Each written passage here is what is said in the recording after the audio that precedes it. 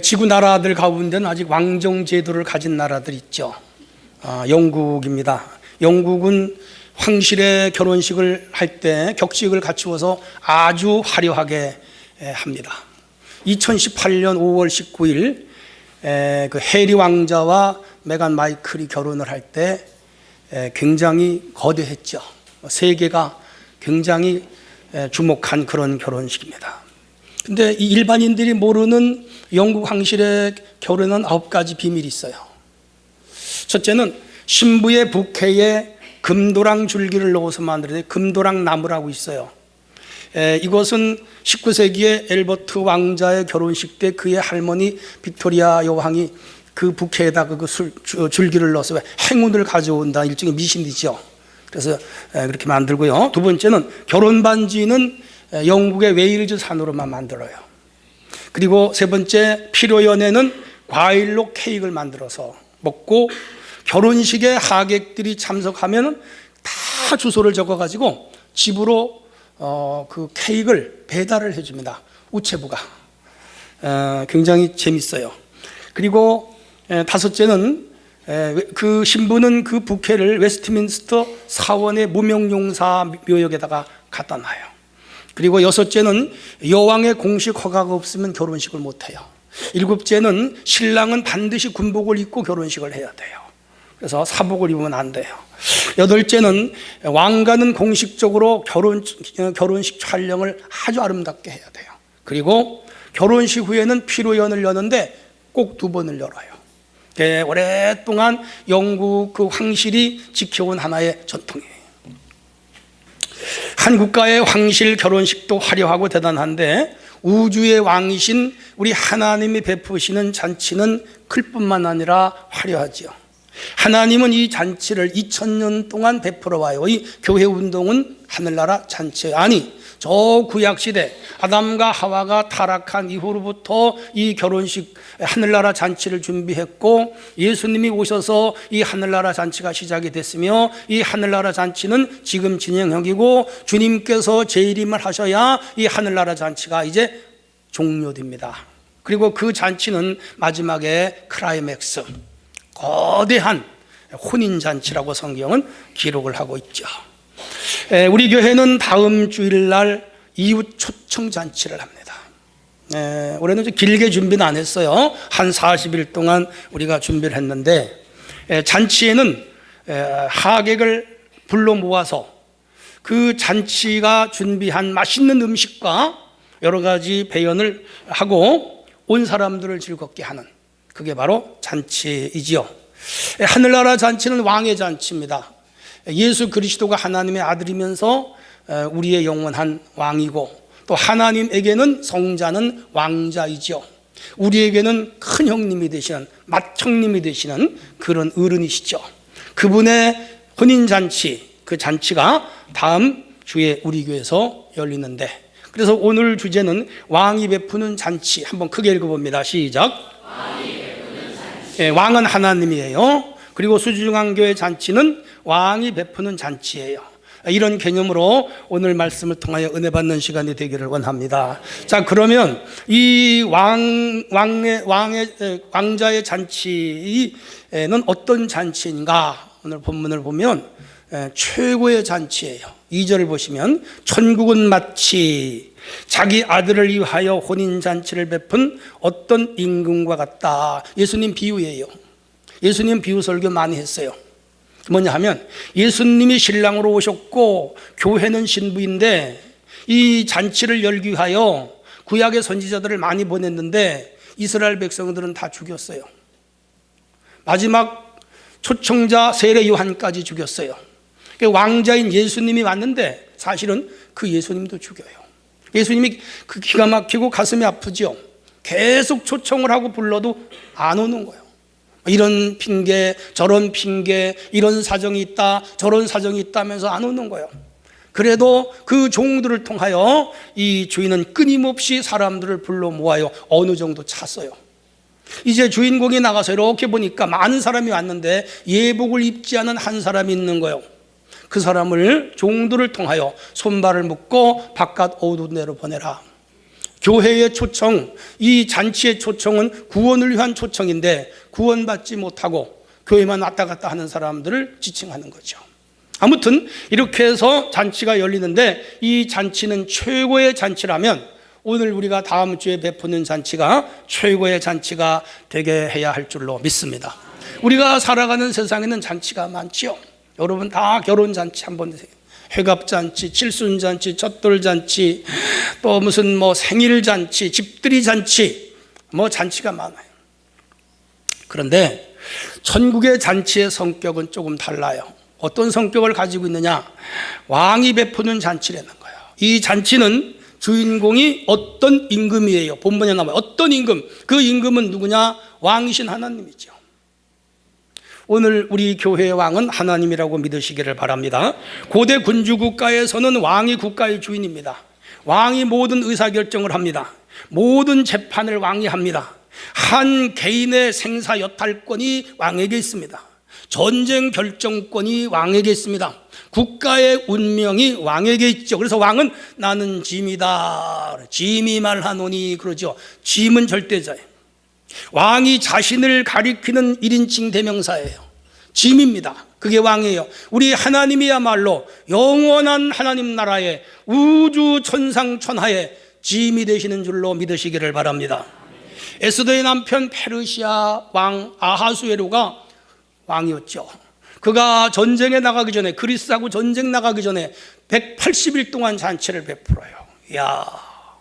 근데 사실은 그리스 전쟁에서 패했습니다.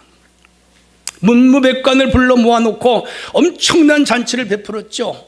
에스더 1장 15절로 22절. 여러분, 세상 임금이 베푸는 잔치도 이렇게 크고 화려한데 천국 주인이신 하나님이 베푸시는 잔치의 규모가 얼마나 큰가.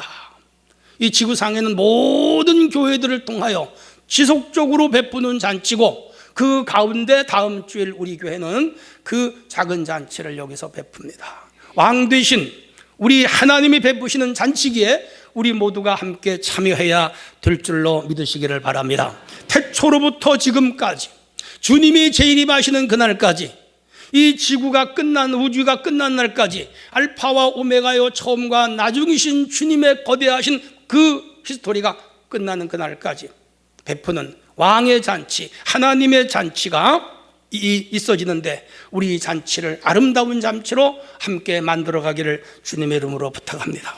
이 잔치는 모든 것이 준비되어 있는 잔치라 그랬어요. 4절을 보시면 청한 사람들에게 이르되 내가 오찬을 준비하되 나의 소와 살찐 짐승을 잡고 모든 것을 갖추었으니 혼인잔치에 오소서 하라. 종들에게 사람들을 초대하게 하는데 그 초대하는 사람들에게 이번 잔치는 너무너무 좋은 잔치라고 가서 이야기하고 데려오라는 것이죠. 없는 것이 없는 잔치. 진짜 어떤 결혼식에 가보니까요, 없는 것이 없어요. 이야, 먹을 게 너무 많아가지고 혼자 먹기가 너무 아까운 그런 집이 있어요. 그래서 어떤 분은 몰래 막 싸가지고 간대. 뷔페에 가가지고 들키지만 하면 된대. 야, 집에 갔다가 준대, 가족들에게. 그러면 안 되겠죠. 참 그런데 그 잔치에 가면 참 너무 좋아요. 행복해요. 그리고 요즘은 또 결혼식도 굉장히 이벤트를 멋있게 하잖아요. 워커홀이라든지 이런 호텔에서 하는 잔치는 진짜 더 화려하고 멋있어요. 한 번은 어디 가서 음식을 먹었는데 그 한 1인당 그 식사가 15만 원짜리래. 이야. 그러니까 우리 서민들은 상상하기 어려운 잔치들을 베푸는 거예요. 진짜 호화로운 그런 잔치도 봤어요. 그런가 하면 어떤 잔치에는 가면요, 먹을 게 너무 없어. 그래가지고 부조가 아깝다 그러면서 와요. 아이씨, 손님을 초청했으면 먹게는 해줘야지, 먹게는. 그런 경우가 있어요. 그건 초청하신 분들에 대한 예의잖아요. 야, 그래서 집에 올 때까지 서운한 그런 결혼식도 사실은 있어요. 이건 상식이죠. 어쨌든 간에 우리 하나님이신 왕이 베푸는 잔치는 없는 것이 없는 모든 것이 준비되어 있는 잔치인 줄로 믿으시기를 바랍니다. 할렐루야. 중요한 개념이에요. 여기는 영적으로 말하면 마실 수 있는 생명수가 있어요. 배고픈 사람들이 먹을 수 있는 말씀 만나가 있습니다. 그리고 은혜로운 찬양이 있습니다. 하늘의 위로가 있습니다. 죄 사함을 받을 수 있는 능력이 있습니다. 예수를 구주로 하며 구주로 고백하면 구원을 얻는 축복이 있는 잔치인 줄로 믿으시기를 바랍니다. 내가 온 것은 양으로 생명을 얻게 하고 더욱 풍성하게 얻게 하려고 하신 잔치인 줄로 믿습니다. 들어가고 나가면서 꼴을 먹는 요한복음 10장 9절, 그야말로 말씀이 풍성한 잔치, 이게 하늘나라 잔치입니다. 만물을 충만케 하시는 충만한 자의 잔치, 에베소 1장 23절.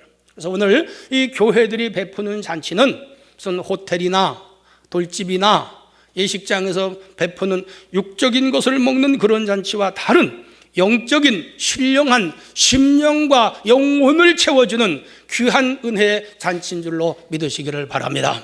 세상 잔치처럼 화려하거나 맛있는 음식은 조금 부족할지라도 성령이 베푸시고 말씀을 통하여 주시는 은혜가 하나님 나라 잔치에는 풍성합니다. 누구든지 초청하여 이 자리에 앉게 하면 하나님은 신령한 은혜로 그 마음에 단비를 부어주시는 줄로 믿으시기를 바랍니다. 그래서 우리가 해야 할 일은 초대하는 거죠. 이 잔치는 실컷 먹고 남는 잔치예요. 요한복음 1장 16절에 우리가 다 그 충만한 데서 받으니 은혜 위에 은혜라 그랬습니다. 예수님이 벳세다에서 사람들이 많아요. 한 2, 3일간 주님을 따라다녔는데 먹질 못해 배가 고팠어요. 제자들에게 먹을 걸 줘라 그랬더니 없대요. 빌립이 말하기를 300데나리온 가지고도 못 사고, 여기는 들판이고 상점도 없고 식당도 없고 만들 수가 없습니다. 너희 가진 것을 주어라 그랬더니 안드레가 어디서 떡 5개 물고기 2마리를 구해왔어요. 어린 소년이 바친 거예요. 모두 50명씩 100명씩 짝을 지어 앉게 했어요. 그리고 예수님이 그 적은 것을 가지고 손에 들고 하나님께 간절히 기도했어요. 나누어 주어라. 제자들이 분주하게 나누어 주었어요. 5,000명이 먹고도 12광주리를 거둔 잔치인 줄로 믿으시기를 바랍니다. 할렐루야. 많은 사람들을 데려다가 채워도 하나님의 말씀은 먹고 또 먹어도 남는 그것이 곧 영의 양식 만나인 줄로 믿으시기를 바랍니다. 육신의 것을 먹으면 하루 3끼 먹어야 돼요. 3끼를 못 먹으면 배가 고파요. 이틀을 굶으면 죽을 것 같아요. 3일을 굶으면 사망 직전이에요. 그런데 하나님의 말씀은 한 번만 먹어도 영원히 사는 은혜가 임함을 믿으시기를 바랍니다. 그래서 우리 다음 주에 초청해야 돼요. 옆 사람하고 초청합시다. 얼마를 초청해야 돼요? 1사람, 2사람, 3사람 그 이상. 이번에 목사님 만든 표예요. 따라하세요. 1사람, 2사람, 3사람 그 이상. 다 같이 한번 연속으로 한번 합시다. 시작. 1사람, 2사람, 3사람 그 이상. 한 번 더 시작. 1사람, 2사람, 3사람 그 이상. 한 사람도 안 데려오면 안 돼요. 안 되죠. 왜? 왕의 잔치인데, 하나님의 명령인데 한 명도 안 데려오고 빈손으로 왔어? 하나님이 불꽃 같은 눈동자로 보신다고요.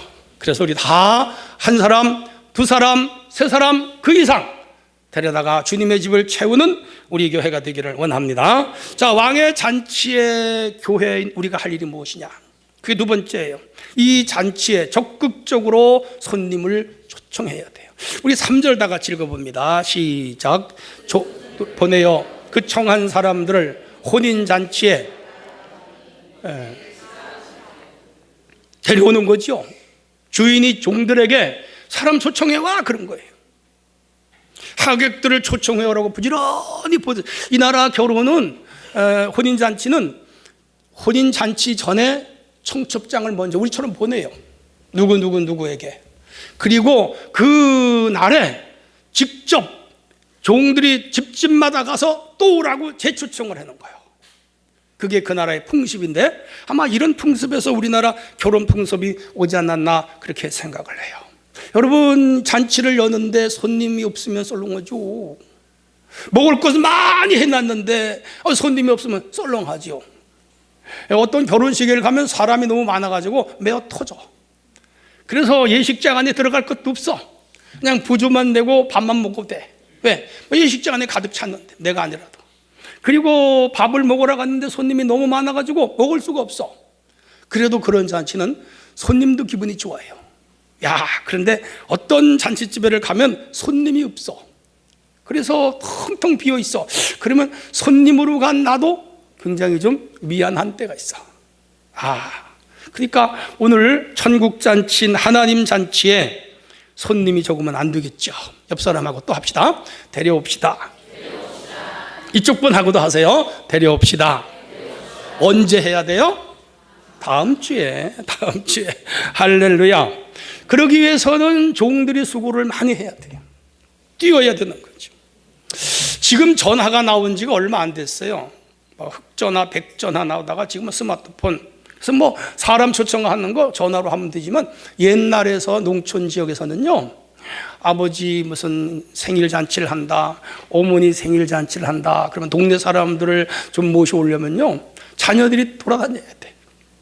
우리 아버지 생일 잔치 하시면 동네 사람들을 초대해라. 그러면 제가 맨날 돌아다니는 거예요.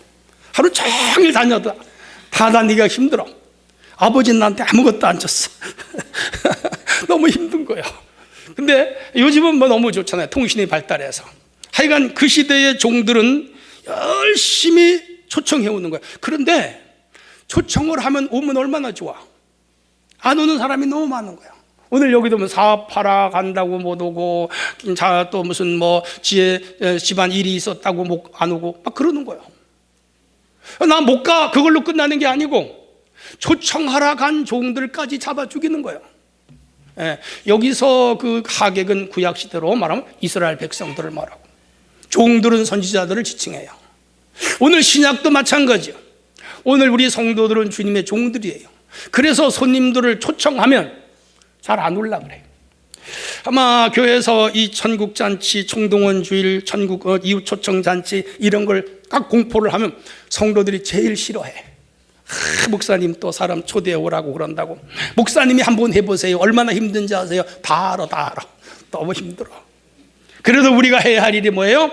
초대하는 일이요. 이 일을 하라고 우리에게 구원을 주시고, 이 일을 하라고 부르셨으며, 이 일을 하라고 직분을 주시고, 이 일을 하라고 우리에게 위치, 포지션을 주신 줄로 믿으시기를 바랍니다. 계속 초청해야 돼요. 언제까지? 죽는 날까지. 그리고 주님이 재림하시는 날까지 끊임없이 일을 감당하는 우리 교회가 되어야 할 줄로 믿습니다. 병행구절에 누가복음 14장에 잘 나와 있어요. 여기 보면 디테일해요. 디테일하게 잘 나왔어요. 거기에 보면 종들이 가서 사람들을 초청을 했더니 전에는 온다 그랬는데 못 온다는 거예요. 왜 못 오느냐? 첫째, 장가 갔대. 신혼여행 가야지 언제 교회를 가? 안 오는 거예요. 이쪽에 갔더니 밭을 샀대야. 우리 밭에 가가지고 등분도 내야 되고, 우리 밭 이제 농사 지어야 돼. 못 오는 거예요. 또 한 집에 갔더니 우리 소를 샀어요. 오늘로 말하면 뭐예요? 경운기 사고 트랙터 샀어요. 그거 시험해야지 언제 가는 거냐. 그러니까 결혼 문제, 돈 버는 거 문제, 사업하는 문제 등등 핑계를 대면서 못 간다는 거예요. 그러니까 빈손으로 왔어. 주인이 나가보니까 사람이 없네. 주인이 다시 종들을 불렀어요. 빨리 시내의 거리 골목으로 나가서 가난한 자들, 불편한 자들, 맹인들, 저는 자들 데려와라. 그래서 주로 크게 할 일 없이 몸이 약하여 사업하거나 돈벌이 할 수 없는 그런 사람들로 채웠어요. 그래서 주인이 나가보니까 아직도 또 비온 거예요. 세 번째 다시 길과 산울타리가로 가서 사람을 따라합시다. 관건하여 데려다가 어디를 채워라? 여기 내 집이 어디요? 수주중앙교 했죠. 여기를 채우라고 우리에게 명하신 줄로 믿습니다. 그 앞에 어떻게 데려와라? 강권하여. 강권이 뭐예요? 끌고 와. 그냥 강제로. 어린애 손 끌고 가듯이 따라와. 이놈의 기집애야 따라와. 그러면서 끌고 가는 거야. 기집애에서 죄송해요 여자분들. 끌고 가는 거예요. 그냥 강제로라도. 안 오면 팔을 뽑아버려 그냥. 강제로 끌고 오는 거야. 강제로. 왜? 강권하여 데려다가 치우는. 이만큼 전도는 수동적이에요? 능동적이에요? 소극적이에요? 적극적이에요? 적극적으로 하라는 거예요.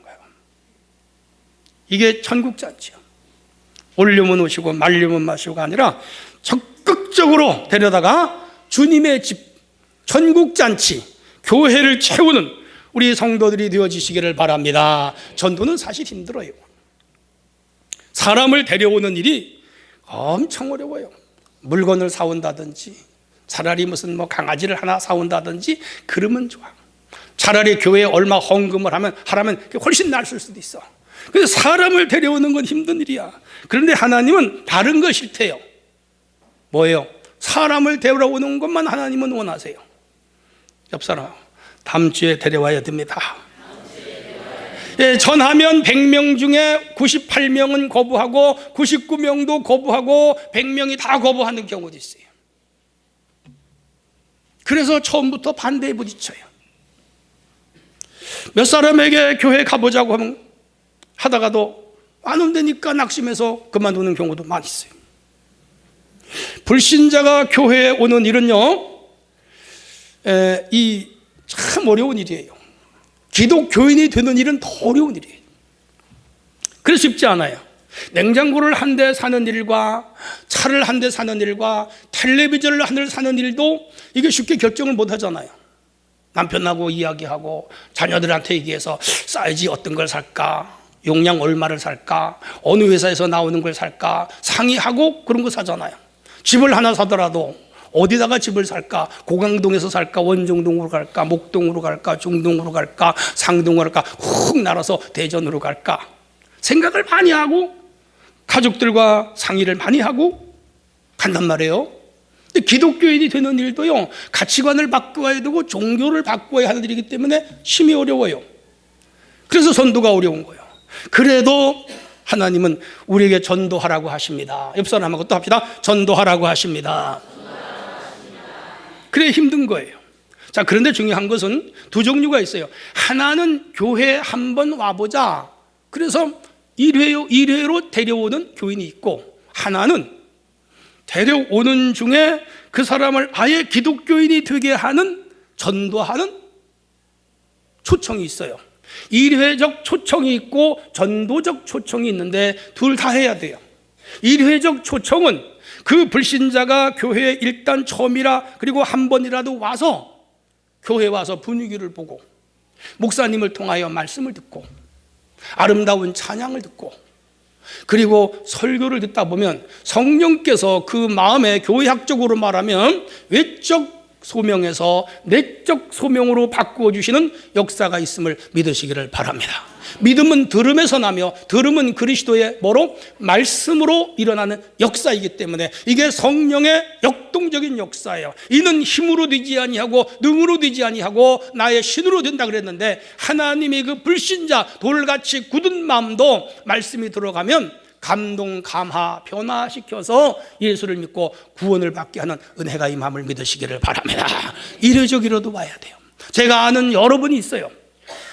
가기 싫은데 교회를 강제로 끌려가다시피 갔는데 그날 말씀을 듣다가 은혜를 받아 성령이 임한 거예요. 뒤집어진 거예요. 첫날 방언을 받아버렸어. 그래서 그날부터 기독교 신자가 되고 구원을 받아서 주의 일을 하는 사람들도 있어요. 우리가 한 사람을 데려오면 성령이 역사하면 그 사람이 변화되어 우리보다 더 잘 믿는 역사도 있음을 믿으시기를 바랍니다. 저는 우리 어머니 손에 끌려 처음 갔는데 그날부터 기독교인이 됐어요.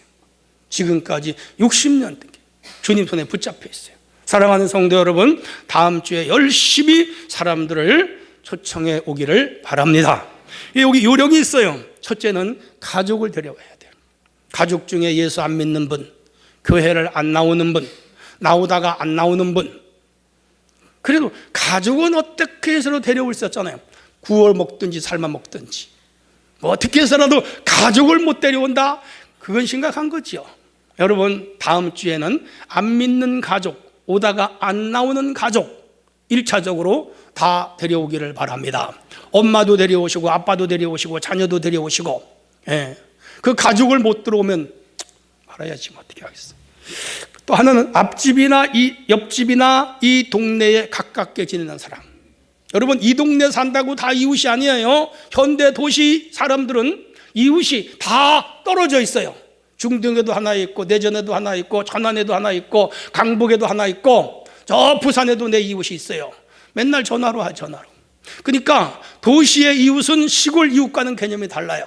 이게 자기의 가까운 이웃, 커피 마시고 전화하고 안부하는 이웃, 이런 이웃들을 다음 주에 따라합시다. 1명, 2명, 3명, 그 이상 어떻게 하라고요? 데려와야 돼요. 데려와야 돼요. 그래서 거리가 다소 있더라도 친한 사람, 공간적 거리입니다. 그리고 최근에 이사 온 사람, 그리고 우리 자녀들의 부모들, 학교에서 만난 직장 동료들, 평소에 전도하기 위하여 교제 중인 사람들, 이런 사람들이 만나서 오는 주일날 다들 우리 교회로 모셔오는 성도들이 되어지기를 주님의 이름으로 부탁합니다. 영국의 웰치라고 하는 남작 이야기를 얼마 전에 읽어본 적이 있습니다. 이 나라의 계급이에요. 공작이 있고 후작이 있고 백작이 있고 자작이 있고 남작이 있잖아요. 5계급으로 나누었는데 남작은 맨 마지막 하급 사회 계급인데, 이 사람들은 그래도 그 사회에서 아주 높은 계급에 속해요. 이 사람은 돈이 많아요. 어느 날 예수를 믿고 은혜를 받고 변화가 되었어요. 그가 이렇게 말합니다. 나는 영국의 귀족으로서 섬김을 받는 위치에서 내려와 섬기는 예수를 본받겠다. 자기의 재산 다 팔아가지고 아프리카로 갔어요. 아프리카 사람들을 평생 복음 전도하다가 죽었어요. 그의 말을 들어보세요. 내가 주님의 종이 되었는데 섬기는 것 외에 무엇이 있겠는가? 모든 허영을 버리고 오직 예수님 발 아래만 모든 것을 바치겠나이다. 그 사회적 기득권을 버리고 예수 복음을 증거하는 삶에 자기의 계급, 자기의 물질, 자기의 명예, 자기의 생명, 자기의 삶을 다 바쳤어요. 그가 남작으로 죽어버렸다면 우린 이름조차 몰라요. 그런데 그가 복음 전도자로 살았기 때문에 그의 이름 웰치는 지구상의 교회들에게 영원히 빛나는 이름이 되었죠. 우리 모두 전도자로 살기를 바랍니다. 할렐루야. 한 영혼을 구원하는 일은 쉬운 일이 결코 아니에요. 땀이 있고 수고가 있고 눈물이 있고 아픔이 있어요. 희생이 있어야 돼. 한 영혼을 구원하기 위하여 외치다가 죽은 사람이 성경에서 찾아도 세례요한, 예수님, 사도 바울, 12사도 다 죽었어요. 우리나라 복음이 들어오는 과정에 평양 대동강으로 영국 웨일즈의 토마스 선교사가 22살짜리가 배를 타고 복음을 전하러 오다가 대원군이, 해군이 쏜 화살에 맞아 죽었습니다. 이 땅에 한국의 교회가 서기까지 피 흘린 순교자가 한두 명이 아니에요. 그들에 의해서 오늘 한국 교회가 이만큼 성장을 했지요. 오늘 우리는 빚진 자들이에요. 그런 의미에서 다음 주에 목사님 힘들어요, 난 못하겠어요, 그러지 말고 힘드니까 전도지, 쉬우면 하나님이 시키겠어요? 힘드니까 우리가 해야 돼. 또 합시다. 한 사람, 두 사람, 세 사람, 그 이상. 여러분 데려다가 집을 채우기를 바랍니다. 그렇다면 왕이 베푸는 잔치는 어떤 잔치인가? 마지막 최상의 선물인 구원을 주는 잔치 10절이에요. 전국은 마치 자기 아들을 위하여 혼인잔치를 베푼 어떤 임금과 같으니 2절, 그리고 10절 보세요. 종들이 길에 나가 악한 자나 선한 자나 만나는 대로 모두 데려오니 혼인잔치에 손님들이 가득하더라. 이 잔치는 가득했어요. 처음에는 수가 적었어요. 마지막엔 가득 차버린 거예요. 왜? 종들이 사람들을 데려온 거예요. 이 일을 우리가 해야 할 줄로 믿으시기를 바랍니다. 자, 성경은 예수님을 신랑이라고 그러고 교회를 신부라고 그래요. 이건 구약에도 마찬가지.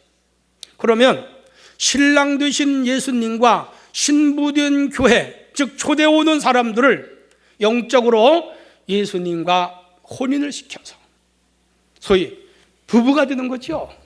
영적으로 이를테면 비유예요, 사실이 아니고. 오늘 우리 교회는 영적으로 주님의 신부이고 예수님 우리의 신랑이 되신다고 믿으시기를 바랍니다. 할렐루야죠. 그래서 이 부부가 되어서 영원한 천국에 들어가서 살게 되는 거예요. 그것을 우리가 따라하십니다. 구원이라 그러는 거예요. 우리가 왜 초청하느냐? 그들에게 복음을 전하여 그들이 복음을 듣고 예수를 영접하여 영적으로 예수님 신랑 교회 신부가 되어 하늘나라에서 영원히 사는 구원을 얻게 함인 줄로 믿으시기를 바랍니다. 이 잔치를 베푸는 것이 교회이며 특별히 다음 주 우리 교회가 시행하는 천국 잔치인 줄로 믿으시기를 바랍니다. 그 데려가는 거예요. 초청해야 되는 거예요. 근데 이 한 영혼을 초청해 오는 데는 방해가 많아요. 본문에 보면 초대하러 다니는 종들을 모욕하고 죽였어요. 10절에. 그럼에도 불구하고 주님은 그 잔치를 포기하지 않고 종들을 통하여 끊임없이 사람들을 초대해서 잔치를 채워야 돼요. 오늘 우리가 전도를 하면은 마귀가 제일 먼저 알고 방해를 해요. 잘 들으셔야 돼. 교회가 총동원 전도 탁 선포하고 나면 이때부터 지붕에서 잠자던 마귀가 뻘떡 일어나가지고 사람마다 마음에 들어가서 이제 전도를 못하도록 가로막아요. 이게 오늘 본문의 이야기예요. 교인들 중에 전도하는 일을 싫어하거나 불평하게 하여 전도하려고 하는 사람들의 의욕을 막 꺾어버리는 거예요. 그까짓 건 뭐 하라 해? 그게 된대? 되지도 않을 짓을 뭐 하라 해? 막 옆 사람한테 그래요. 그러면 그 옆 사람의 의욕이 떨어져. 그러면 하려고 해다가도 그만둬. 그 사람 마음속에 지금 뭐가 들어간 거예요? 마귀가 들어간 거예요. 둘째는 성도들 중에는 믿음으로 열심히 전도하는 분들이 있지만 성도들 중에 전도에 대해 일체 관심을 갖지 않고 협조도 하지 않는 냉소적인 교인도 있어요. 그 마음속을 마귀가 깍쥐고 있는 거예요. 그래서 전도에 대해 아예 알레르기 반응을 막 내는 사람들이 있어요. 위험한 거예요, 여러분. 이 마귀의 속임과 마귀의 방해에 넘어가지 않기를 바랍니다. 어떤 분은 전도할 대상자가 꼭 오겠다고 해놨는데 토요일을 가지고 아무래도 못 갈 것 같아. 그런 교인도, 그런 사람도 있어요, 없어요? 있어요. 그럼 어떻게 해요? 낙심이 되죠. 그 낙심도 사실은요 마귀가 주는 거예요. 마귀가 주는 거예요. 낙심하지 말고 최후까지 설득하고 그래도 안 되면 그 다음에 또 데려오면 돼요. 여러분 내일 한 번이 아니잖아요. 내일이 지나면 일주일에 뭐가 또 와요? 주일이 오잖아요. 그 다음 주일 또 오잖아요. 이렇게 해서 포기하지 않고 끝까지 전도하는 우리 교회가 되기를 원합니다. 개인적으로나 가정에 힘든 일이 생겨서 막 전도를 하다가 이 일을 전혀 손을 놓고 세상일 가정 문제, 물질 문제, 자녀 문제에 얽매여 가지고 그거 해결하다가 전도 못하게 하는 경우도 이것도 마귀의 역사예요. 환경을 통하여 전도를 가로막죠. 또 있어요. 전도 운동의 분위기를 가라앉게 하고 성도의 마음에 전도하고 싶은 마음을 못 갖게 하는 그런 환경과 사람도 있어요. 다 마귀의 장난이에요. 우리 교회는 이런 일에 속아 넘어가지 않기를 주님의 이름으로 부탁합니다. 할렐루야. 한 영혼을 구원하는 일은 사탄의 영역에서 하나님의 영역으로 넘어가는 거예요. 루터가 말한 두 왕국론, 저는 세 왕국론이라 그래요. 하나님 나라, 사탄의 나라, 인간의 나라. 우리는 중립이요. 오늘 내가 하나님께로 기울면 마귀가 싫어하고 마귀로 기울면 하나님이 싫어하셔. 오늘 우리는 하나님 편이 되어 하나님 편으로 사람들을 데려다가 채우고 이끌어 구원을 얻게 해야 돼요. 마귀는 싫어해요. 그래도 해야 돼요. 언제까지? 주님 오시는 날까지 우리 교회가 일에 충실하기를 바랍니다. 영접하는 자, 그 이름을 믿는 자 하나님 찾는 권세를 주셔요. 주 예수를 믿으라. 그리하면 너와 내 집이 구원을 얻어요. 하나님 세상을 이처럼 사랑하 독생자를 주시는 저를 믿는 자마다 멸망치 않고 영생을 얻어요. 그래서 오늘 우리는 그들을 초대해야 돼요. 그들이 다 복음을 듣고 예수를 믿고 구원을 받아야 돼요. 많은 사람을 옳은 대로 돌아오게 한 사람은 어떻게? 하늘의 별처럼 빛나게 하세요. 이게 우리의 면류관이요 상급이요 축복이요. 우리 교회가 이걸 많이 해야 여러분 가정들이 복을 받고, 우리가 전도를 많이 해야 여러분 자녀들이 복을 받고, 우리가 전도를 많이 해야 여러분 생활이 복을 받고, 우리가 전도를 많이 해야 우리의 삶을 하나님이 채워주시는 은혜가 있음을 믿으시기를 바랍니다. 사람을 강권하여 데려다가 내 집을 채워라. 오늘 강하게 명령하시는 주의 명령을 듣는 우리 모두가 되기를 원합니다. 결론이에요. 다음 주일 초청주일 다시 합시다. 한 사람, 두 사람, 세 사람, 그 이상. 할렐루야. 다음 주일날 한 명도 안 데려올 거야. 그런 결심을 했다면 마귀가 그 마음 주고 있는 거예요. 회개해야 돼. 그리고 주여 이런 마음 버리게 하시고 내 마음속에 주님께 순종하게 하셔서 한 영혼을 데려다가 주님 집을 채우고 구원하여 하나를 확장하고 십자가 지고 죽으신 우리 주님의 뜻에 합당하게 영광 돌리는 그 일에 동참하게 하여 주옵소서. 이런 믿음으로 하나 되어 일하는 우리 모두가 되기를 주님의 이름으로 축원합니다.